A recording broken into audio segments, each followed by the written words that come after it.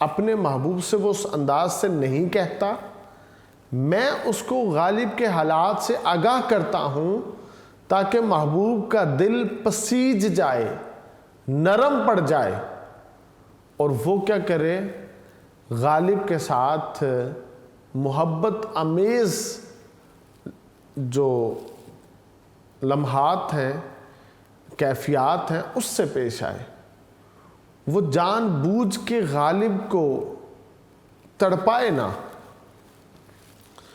تو پھر جب غالب کی اپنے محبوب سے ملاقات ہوئی تو اس نے آگے سے، محبوب نے غالب کو کھری کھری سنا دی کہ اچھا اب تم کسی تیسرے کو بھیجتے ہو اپنا سوالی بنا کے، اپنا سفارشی بنا کے، وہ اپنے حالات، اپنی کیفیات جو ہے وہ آ کے مجھے سناتا ہے، اور اس کے اس کہنے سے مجھے شرمساری ہوئی ہے۔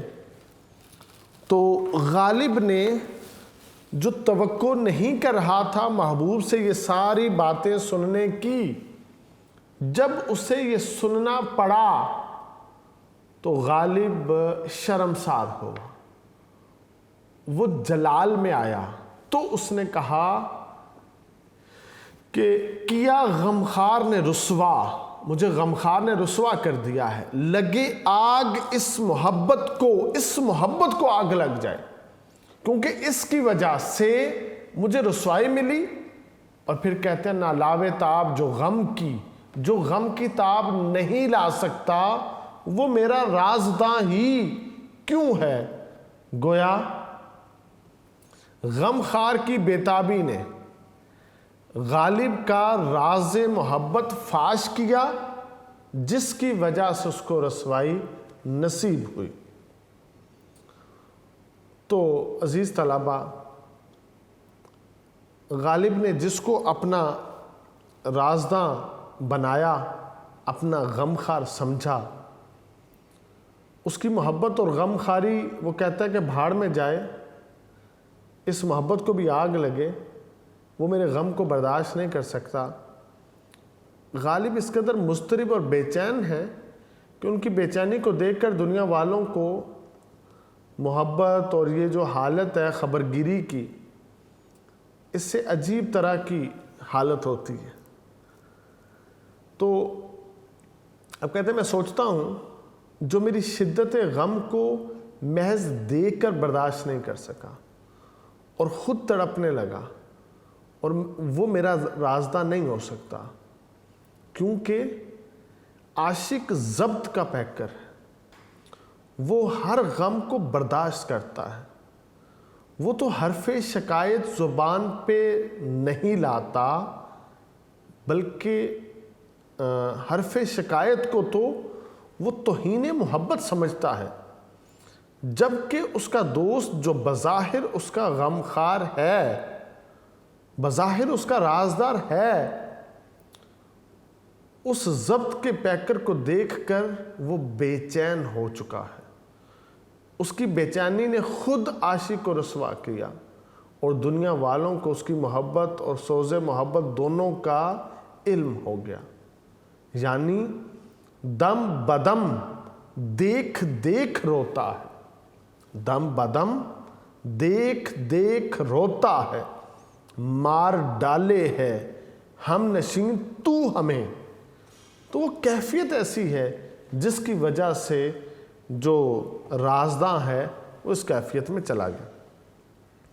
اب عاشق انتہائی غم زدہ ہے، اس کا دل جدائی کی آگ میں جل رہا ہے، وہ محبت میں تڑپ رہا ہے، کیونکہ یہ حقیقت ہے، یہ عشق نہیں آسان، بس اتنا سمجھ لیجئے ایک آگ کا دریا ہے اور ڈوب کے جانا ہے۔ عاشق نے اپنی ساری بیتابیوں کو چھپا رکھا ہے، ضبط غم اس کی فطرت ہے، مگر اس کا ہم نشین، اس کا غمخوار، اس کا دوست اس کو ضبط نہیں کر سکا۔ دوسرے لفظوں میں عاشق سے غم کی داستان سن کر اس قدر وہ بیتاب ہو گیا کہ اس کی بیتابی نے راز محبت فاش کر دیا۔ یوں غم خار ہی کے ہاتھوں عاشق رسوا ہو کر رہ گیا۔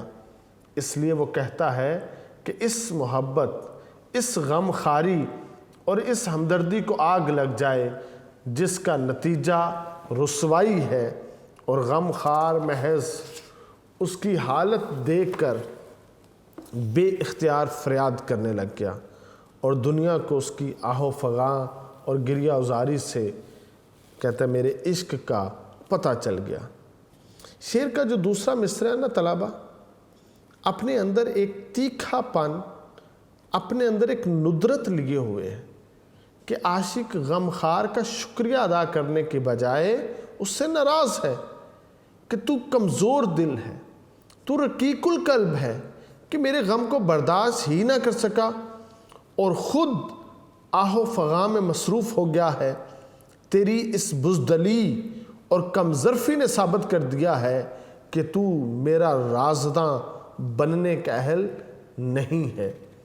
ہر چند ہے افشائے محبت میں خرابی، ہر چند ہے افشائے محبت میں خرابی، یاروں سے مگر آنکھ چرائی نہیں جاتی۔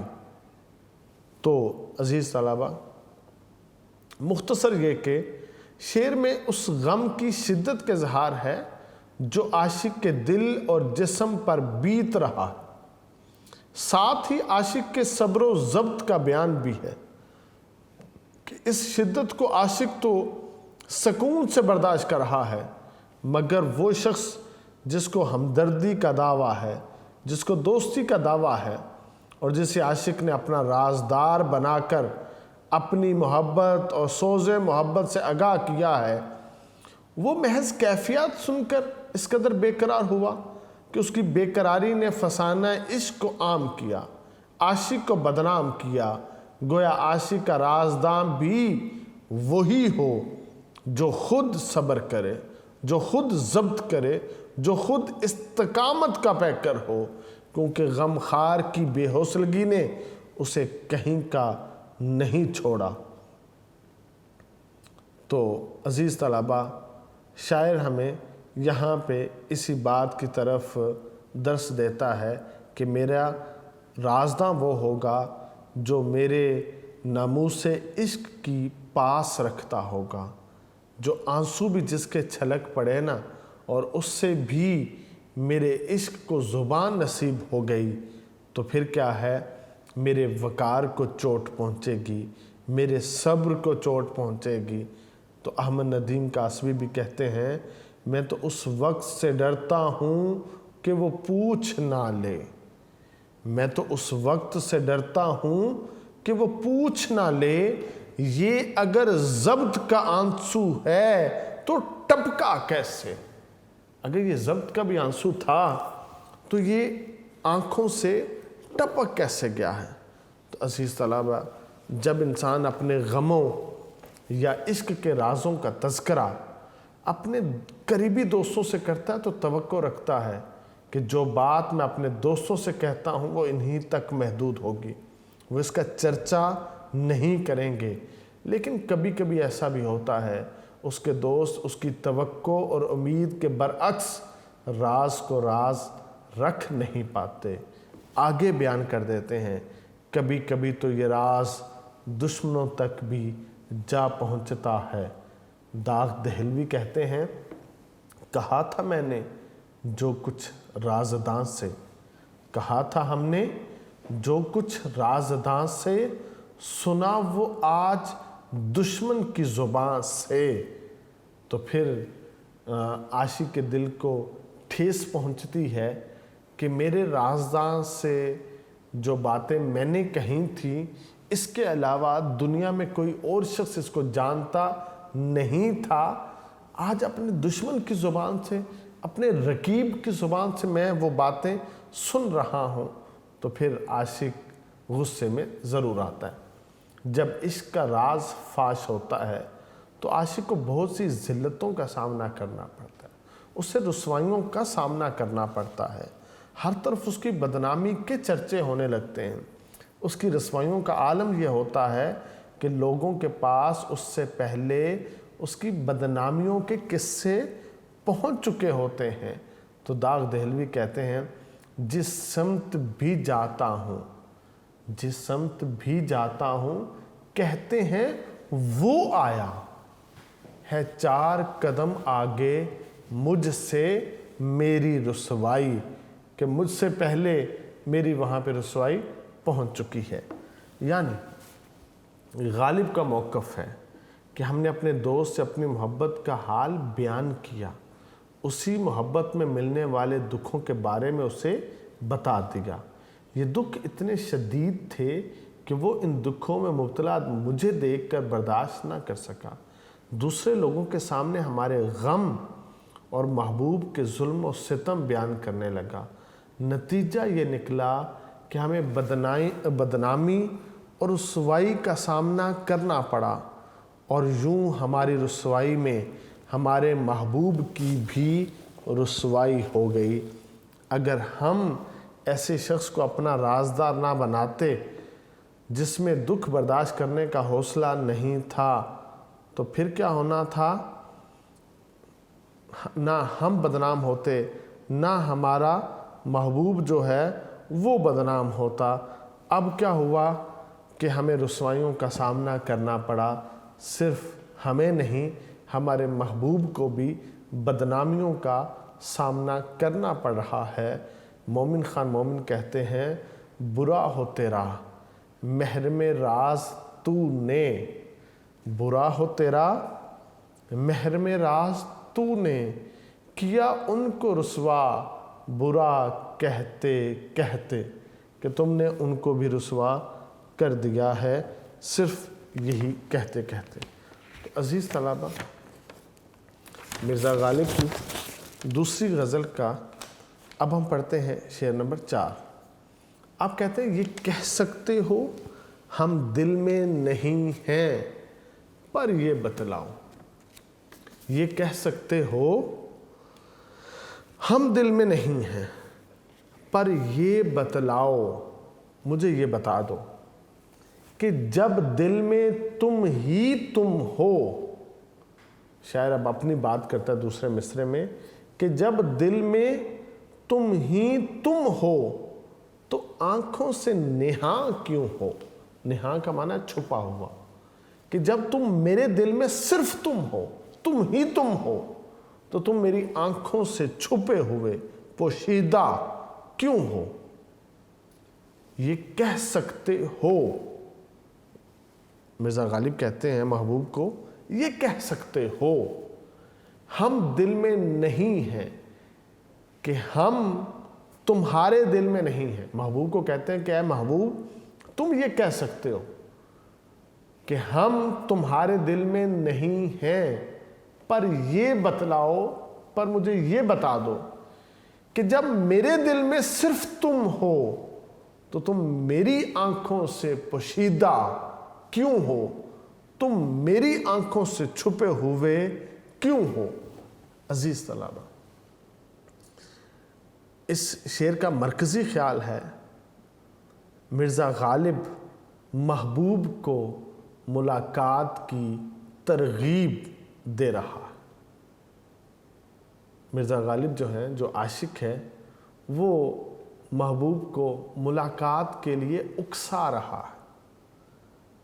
تو اس لیے وہ کہتا ہے کہ تم یہ کہہ سکتے ہو کہ ہم تمہارے دل میں نہیں ہیں، یہ بات صرف تم کہہ سکتے ہو اور یقیناً کہہ سکتے ہو۔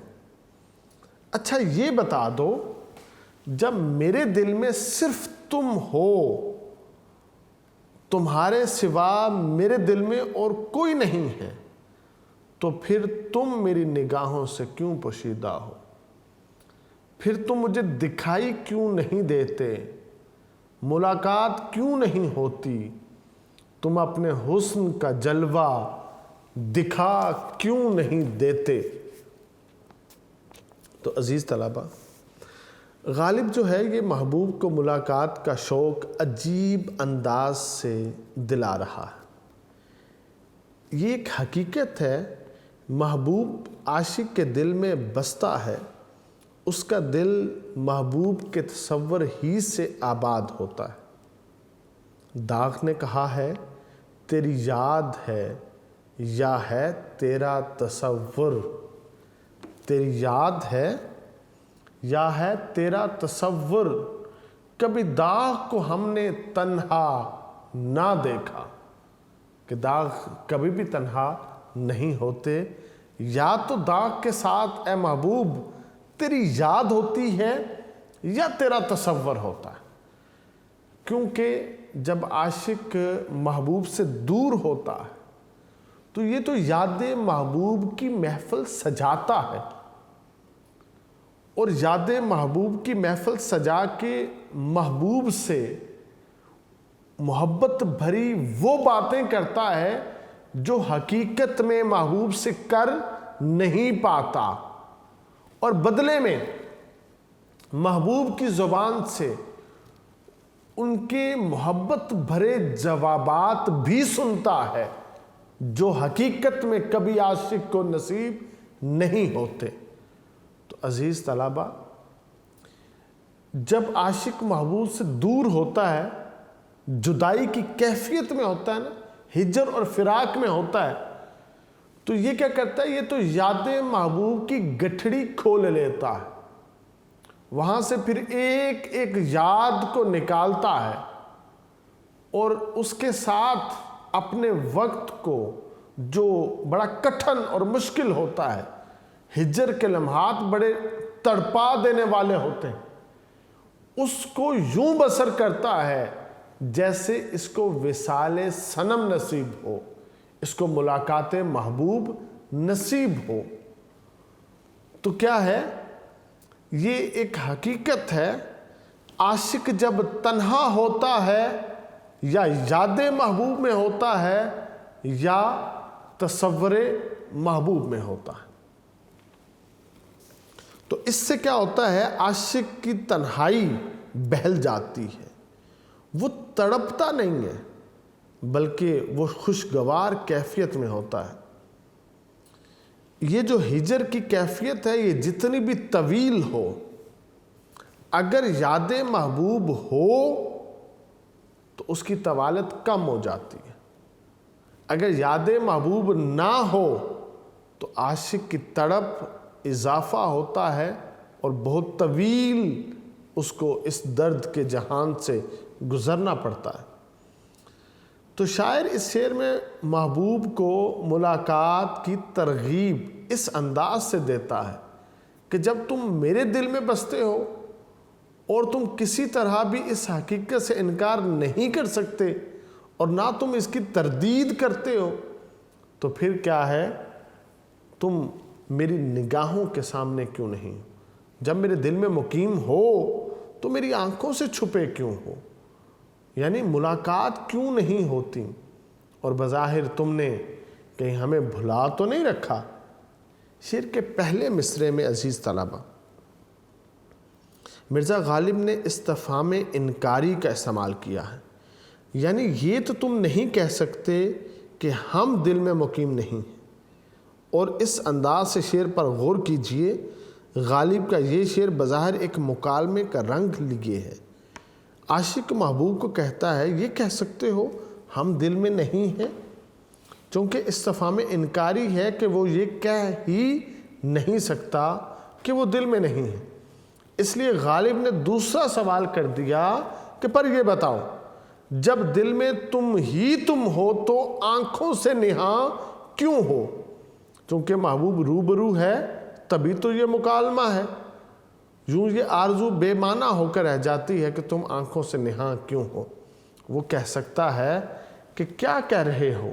میں تو تمہارے سامنے ہوں، تمہاری آنکھیں مجھے دیکھ رہی ہیں، اس لیے اگر بات کو حقیقی رنگ دیا جائے تو خیال میں نکھار سا آ جائے گا کہ اے اللہ، جب یہ ایک حقیقت ہے کہ آپ میرے دل میں مقیم ہیں، اگر حقیقت کا رنگ دیں، کیونکہ خدا کہتا ہے نا کہ میں اے بندے تیری شہرگ سے زیادہ تیرے قریب ہوں۔ پھر خدا نے دل بنایا صرف اس لیے ہے کہ وہ اس میں سما سکے۔ اگر اس کے حقیقی کا اس کو رنگ دیں، جب خدا دل میں ہے تو پھر کیا ہے، بندہ یہ کہہ سکتا ہے نا کہ اے اللہ جب آپ میرے دل میں مقیم ہیں، کیونکہ اللہ رب العزت کائنات کی وسعتوں میں تو سما نہیں سکتا، دل کے اندر وہ سما جاتا ہے، تو پھر اے خدا تو میری نگاہوں کے سامنے کیوں نہیں ہے؟ کون سا تن ہے کہ مثل روح جس میں تو نہیں؟ اے خدا کون سا تن ہے کہ مثل روح جس میں تو نہیں؟ کون گل ہے جو تیرا مسکن برنگ بو نہیں؟ خدا تو ہر پھول میں ہے، خدا تو ہر نباتات میں ہے، خدا تو کائنات کی ہر چیز میں ہے، تو پھر کیا ہے کہ اے مالک کون و مکان، جب تو دل میں ہے تو پھر نظر کیوں نہیں آتا؟ محض دل میں رہنے سے میں مطمئن نہیں ہوتا، ذرا میری نگاہوں کو اپنے حسن و جمال کے کمال سے شاد کام فرما۔ عزیز طلبہ، مولا علی شیر خدا سے بھی سوال کیا گیا کہ آپ نے کبھی اپنے رب کو دیکھا ہے؟ تو آپ فرماتے ہیں میں اس وقت تک سجدے سے سر نہیں اٹھاتا جب تک اپنے رب کو دیکھ نہ لوں۔ اور پھر کسی نے پوچھا کہ حضور خشوع و خضوع کیا ہے؟ آپ کہتے ہیں خشوع و خضوع کا ایک مقام یہ ہے کہ تم یوں اپنے رب کی بارگاہ میں کھڑے ہو کہ تم اپنے رب کو دیکھ رہے ہو، اور اس کا دوسرا مقام یہ ہے کہ اگر یہ کیفیت پیدا نہ ہو کہ تم اپنے رب کو دیکھ رہے ہو تو یہ کیفیت ضرور پیدا کر لو کہ تمہارا رب تم کو دیکھ رہا ہے۔ تو عزیز طلبہ، علامہ اقبال رحمۃ اللہ علیہ نے بھی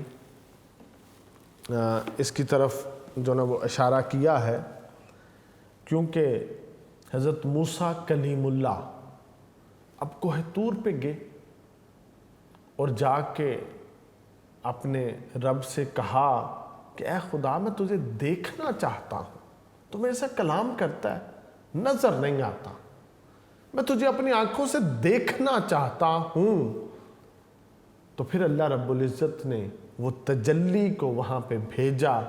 پھر آگے کا سارا معاملہ آپ کے علم میں ہے۔ تو علامہ اقبال رحمۃ اللہ علیہ کہتے ہیں اس ساری چیز کو سمیٹتے ہوئے، کبھی اے حقیقت منتظر نظر آ لباس مجاز میں، کبھی اے حقیقت منتظر نظر آ لباس مجاز میں، کہ ہزاروں سجدے تڑپ رہے ہیں میری جبین نیاز میں۔ تو عزیز طلبہ، یہاں پہ مرزا غالب نے جو خوبصورت موضوع باندھا وہ یہ ہے کہ انسانی فطرت ہے کہ وہ جس ہستی سے محبت رکھتا ہے اسے اپنی نظروں کے سامنے موجود دیکھنا چاہتا ہے۔ یہ ہستی اللہ کی ذات ہو تو کمال بندگی کے اظہار کے لیے انسان ذات واحد کو اپنے سامنے موجود دیکھنے کی خواہش رکھتا ہے۔ اگر انسان خدا کے علاوہ اپنے جیسے کسی انسان سے محبت کر رہا ہو تو بھی انسان یہی چاہتا ہے کہ اس کا محبوب اس کی نظروں کے سامنے موجود رہے۔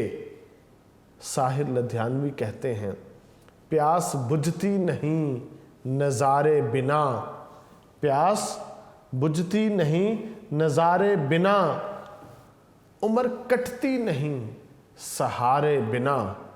جو انسان کی محبت بڑھتی ہے، دوستی بڑھتی ہے، وابستگی بڑھتی ہے، اسی اعتبار سے محبوب کو دیکھنے کی خواہش میں اور اضافہ ہوتا ہے، اور ایک مرحلہ ایسا آ جاتا ہے جب انسان کو پلکوں کا جھپکنا بھی دیکھنے کے عمل میں رکاوٹ محسوس ہوتا ہے، بوجھ محسوس ہوتا ہے، اکبر الہ آبادی کہتے ہیں بے تمہارے دیکھے اب دم بھر بھی چین آتا نہیں، کہ تمہیں دیکھے بغیر اب ایک لمحہ بھی چین نہیں آتا۔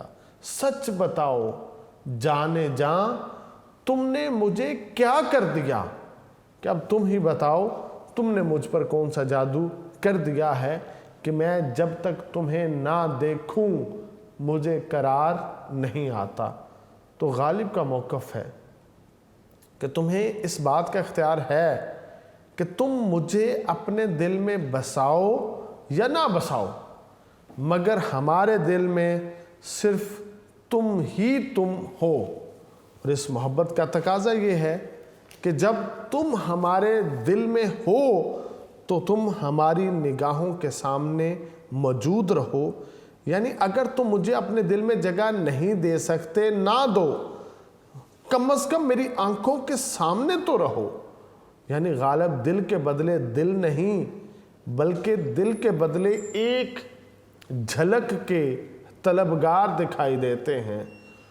یہاں پہ غالب جو ہے وہ دیدار محبوب کرنا چاہتا ہے، وہ اپنی آنکھوں سے اپنے محبوب کی جو تصویر ہے، جو محبوب کی دیدار ہے، وہ وہی کرنا چاہتا ہے۔ مومن خان مومن بھی کہتے ہیں کہ سوچ میں بیٹھے ہو ذرا سر تو اٹھاؤ، کس سوچ میں بیٹھے ہو ذرا سر تو اٹھاؤ، گو دل نہیں ملتا پر آنکھیں تو ملاؤ۔ تو مومن خان مومن بھی جو ہے یہ اپنے محبوب کا اپنی آنکھوں سے دیدار کرنا چاہتے ہیں، اور یہ عاشق کی خوش قسمتی ہوتی ہے کہ اس کو اپنی آنکھوں سے اپنے محبوب کی زیارت نصیب ہو جائے، اسے اپنے محبوب کا دیدار جو ہے وہ نصیب ہو جائے۔ تو عزیز طلباء، مرزا غالب کی دوسری غزل کا ہم نے آج کے اس لیکچر میں شعر نمبر 3 اور شعر نمبر 4 کیا۔ میں نے آپ سے پہلے بھی کہا ہے کہ یہ جو غزل ہے یہ انتہائی اہم ہے، یہ بیٹا پیپرز میں آتی ہے اور اس کے تخیلات انتہائی خوبصورت ہیں، تو اس کو بیٹا ذرا محنت سے یاد کیجئے گا۔ اللہ رب العزت آپ کو علم نافع عطا فرمائے، آپ کا حامی و ناصر ہو۔ والسلام۔